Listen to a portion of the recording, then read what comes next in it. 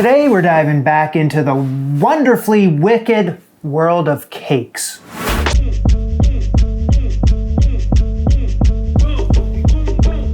Oh my God. So hello everyone, welcome back to my home. Please make yourself comfy. And yeah, it's cake day. Oh yeah, I don't know why I keep doing this to myself. It's like every single cake I make turns into some life-altering event. It's like shaving years and months off my life. It's like smoking. Can't stop. So I wanted to make a cake today to celebrate the milestone of 500,000 subscribers with all of you, except I'll be the only one with the cake. I hope that's cool. Anyway, the milestone's cool too, so this will not be any ordinary cake. We're making the Checkerboard fantasy cake, and it's coming from the Cake Bible book. There it is right there. I've always kind of wanted to know how to make that with the yellow and the chocolate checkerboard pattern there. Or chess, if you like chess, whatever floats your boat really. Anyway, I'm gonna be praying for a smooth bake today, so good vibes only. Let's get to work. Okay, so first things first, we gotta address the cake pan situation here. Because as per usual, I'm coming up short with the official tools that you need. Now, according to the book and according to my in-depth research here, there is a insert that you would add into the cake pan. Then you would add two separate colored cake batters into the cake pan and they would be separated by this insert. Anyway, I don't have this thing. I don't need it, except for right now, and I don't want it. Luckily, there's two different ways to do it. We just need to prep our 3 9-inch cake pans. And I'm gonna do something today that I've always wanted to figure out. I've just never had the patience to try. I wanna make 3 perfectly circular parchment paper circles that will go into the base of this. And there's a hack to do it. Okay, so I gotta cut a square that is roughly 1 inch larger than the cake pan. Fold the parchment paper in half. Fold the parchment paper in half again. Fold into a triangle, and then we fold the triangle in half again to make an even smaller triangle. So I gotta find the corner of the triangle where the center of the parchment paper is. I think it's that. Place the corner in the middle of the cake pan and hold the parchment right where it hits the edge of the pan. Using where you are holding the parchment paper as a guide, trim the triangle. What the hell are you talking about, man? Over the edge of the cake pan is what I'm supposed to trim, is what this is telling me to do.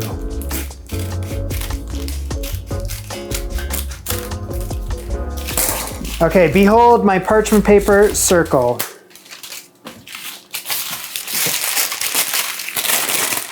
Oh! Okay, it works. Really cool hack, and I will ace it on the second try.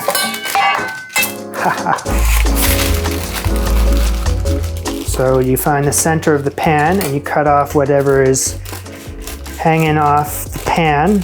By my calculations, I have the perfect parchment paper circle. Arm yourself with a little BJ, Baker's Joy. Your hand dirty, parchment paper circle, and give it another spray. Greasing the cake pans has gone incredibly smoothly. I have a good feeling about today. 85 grams, 3 ounces of either a semi-sweet or bittersweet chocolate. That's semi-sweet. Break it up, and could I have a bowl? No, I'm gonna do it a different way.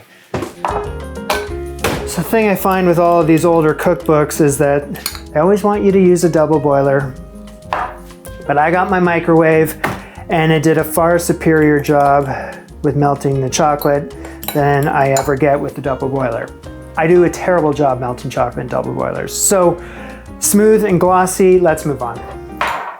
To what, Jamie? Today's episode is sponsored by Mudwater. This is not coffee, and that is kind of the point, because by mid-afternoon, coffee could mean jitters, or crashing out, or it really just does a number on your sleep, and mud water fixes that. This is made with cacao, masala chai, and a bunch of mushrooms. Basically, it gives you a little lift. Help keep you focused and your energy steady. It is actually easier to make than coffee too. Just fill up a cup with hot water, tablespoon of the mud water goes in, give it a stir, that's it. Add some milk if you please, or you could get creative. So there's no sugar in there and way less caffeine than there's actually in coffee. So you get the boost, just one that lasts.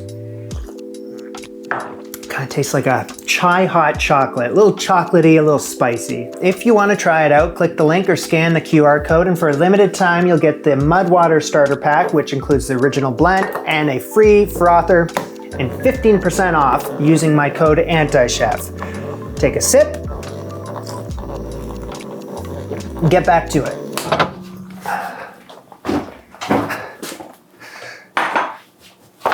Bowl me.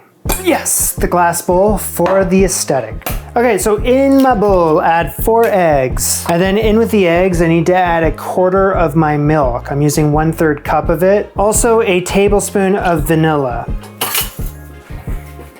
All right, holy shnikes.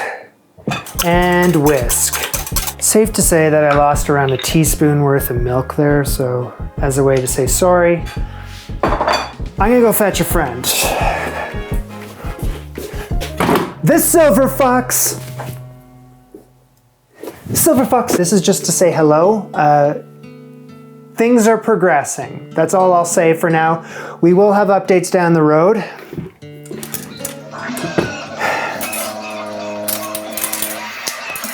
Soon. Instead, let's say hello to Whitey Ford. This is, well, this is new. It's old new. In my last video, I did my thrift haul and I picked this sucker up. I can confirm with you that it works, and then I cleaned it. I need 4 cups, 400 grams of cake flour. Let's start the process now. Yay!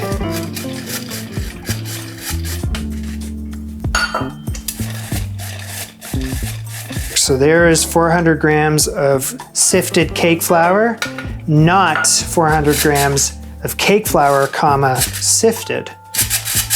Perfect. Okay, so what we gotta do now is add in the rest of the dry ingredients. The sugar today is, in fact, a dry ingredient. 2 cups of sugar. It's a hell of a lot of sugar, but 500,000 subscribers. Here's a teaspoon of salt. And then it says here, more than the usual amount of baking powder. This is 2 tablespoons worth. By hand, thoroughly mix that together before I introduce Whitey Ford. I'm unsure of Whitey Ford's capabilities, so speaking of, let's find out. Turn it on. Woo-hoo-hoo-hoo-hoo. Works pretty great. Like, in terms of the cake recipes that I've followed along to in the past, this one comes across a little unusual in terms of how it's going about doing things, because now it wants me to add the remaining milk, which we started with 1 1/3 cup worth, and a cup of softened butter. It wants me to add both of them in now. So there goes the butter. Doesn't say to gradually do this or anything, so let's just not. And on a low speed, how do you hold up with the butter? You can do it. You can do it. Here, I'll help. There you go. You found your footing. You found your footing. It says to add in the milk.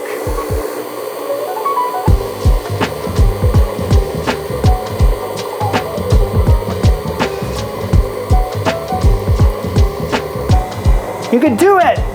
I'm gonna turn it up a notch. Let's get funky. There we go, Whitey Ford. I can't get over how smooth and just kind of quiet this thing is. The fox may have some competition. I'm warning you. So adding in the egg mixture in 3 batches. So I add in the first batch and then I mix for 20 seconds, and that's gonna help incorporate the ingredients and strengthen the structure. And then I add in the next batch. Capiche? There goes the first batch. Now, because I didn't separate the eggs and beat the egg whites separately, stiff peaks or whatever, I don't know what kind of cake I'm making here. I guess it's gonna be a bit denser, right? We'll see. I don't know.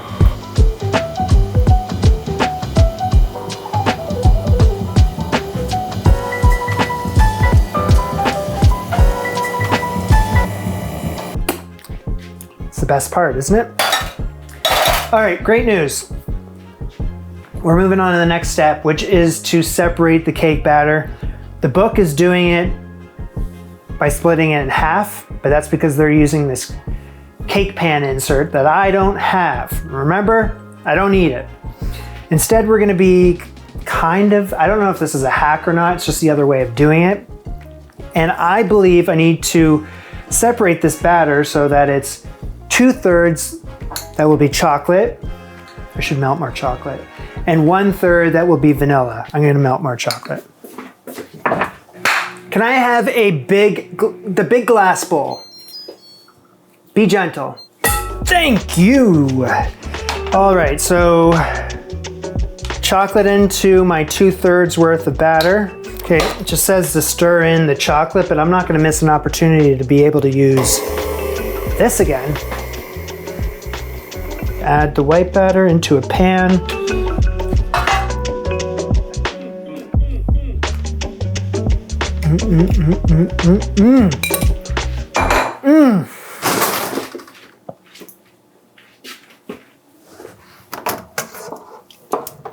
So the oven's at 350 degrees Fahrenheit, and I'm gonna bake these three for 25 minutes.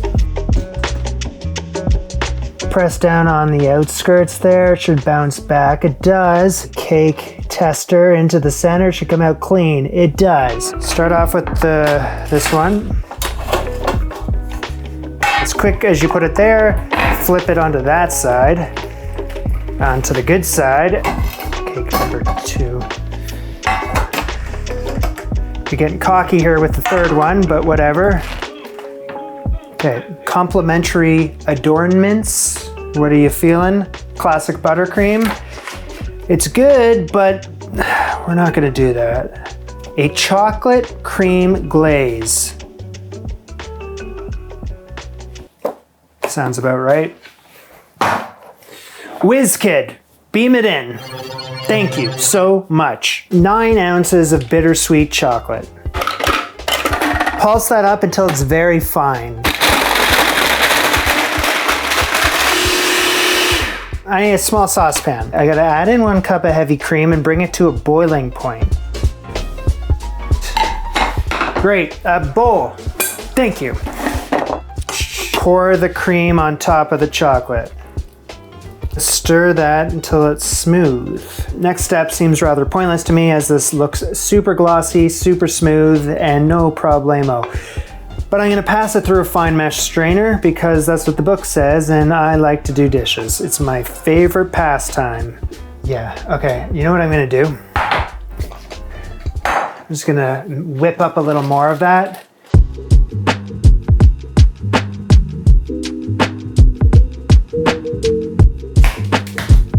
First and foremost here. Okay, so I have this thing, I can't remember what it's called, but it slices cakes. Let's call it a cake slicer. That way they all can be the same height.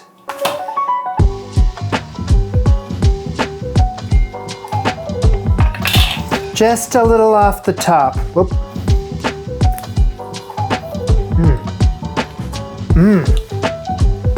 And this one should be the right height. Oh, yeah. Each one of these cakes is gonna go through the same process here, which is I got this cake cutter here, which is gonna be a specific size. That's gonna go as small as it can go. And I'll cut out the outer ring of each cake. And then I will take a cookie cutter or another cake cutter, if you will, and that will cut out the center circle. And then I will take one more. Don't screw it up, you punk.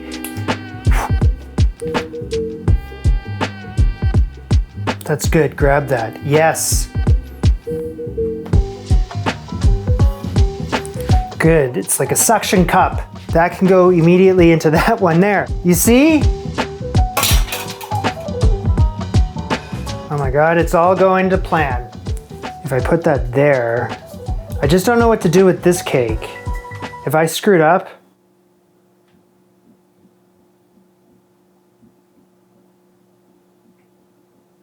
I think my brain malfunctioned because now I realize that you need 2 yellow cakes to make this the right way. So what I'm gonna do is hopefully this pans out. Just cut out this center. No, this makes no sense. Okay, leave that center. Leave that center. And then if I remove the vanilla center from that one, and that goes there, that goes there. That's the best you can do. That's what you can do. I think we did it. Unless I baked another cake, and I'm not doing that. That's what we've done so far. For those who've been watching for a very long time, you know this is a big deal, and you're never gonna believe your eyes. It's a cake turntable. I finally picked one up. I just couldn't use the excuse anymore. I don't have a turntable. So here it is, and it feels like a big moment in my life. That one, because it's the ugliest. Okay, let's just add some of that now. Whoa. Gotta love that turntable though, look at that. Because this one doesn't matter how you put it on, right? I can do this way. And then pour the remaining glaze on top. I think if we do a massive coordinated push here, something like that. I actually think it would be best for all parties involved if this just hung out in the fridge for a little bit. Now this particular glaze that I chose today is not very forgiving. It shows each and every single move I made today. Okay, so what I'm now doing is trying to steal as much of the chocolate as I can from the side. I will melt it and I will reuse it, and that will just give me a little more cover up, if you will.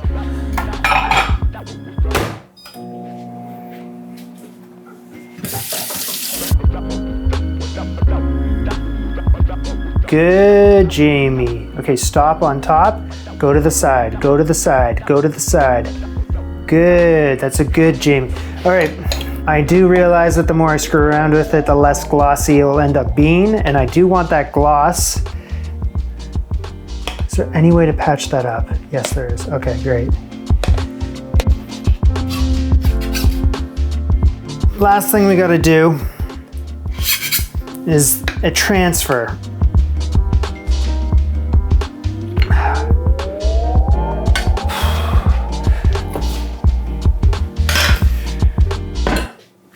Order up!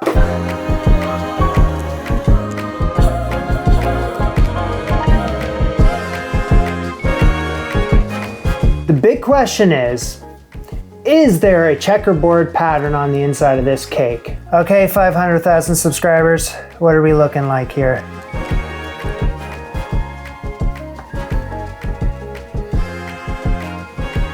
Hey! It could have been a lot worse. Doesn't blow the doors down, but it certainly, I mean, come on.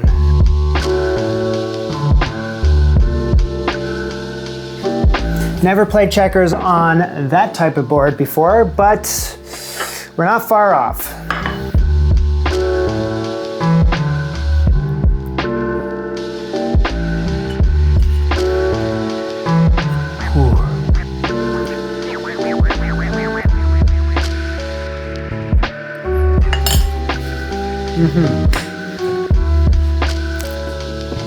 My compliments to the chef. That's me. Good job, Jamie. Okay, so that was a fantastic slice of cake. I only went with one today, and it was a modest helping at that because I've discovered one thing making this show, and it is such a thing as too much cake. I know. The combination of fluffy with moist.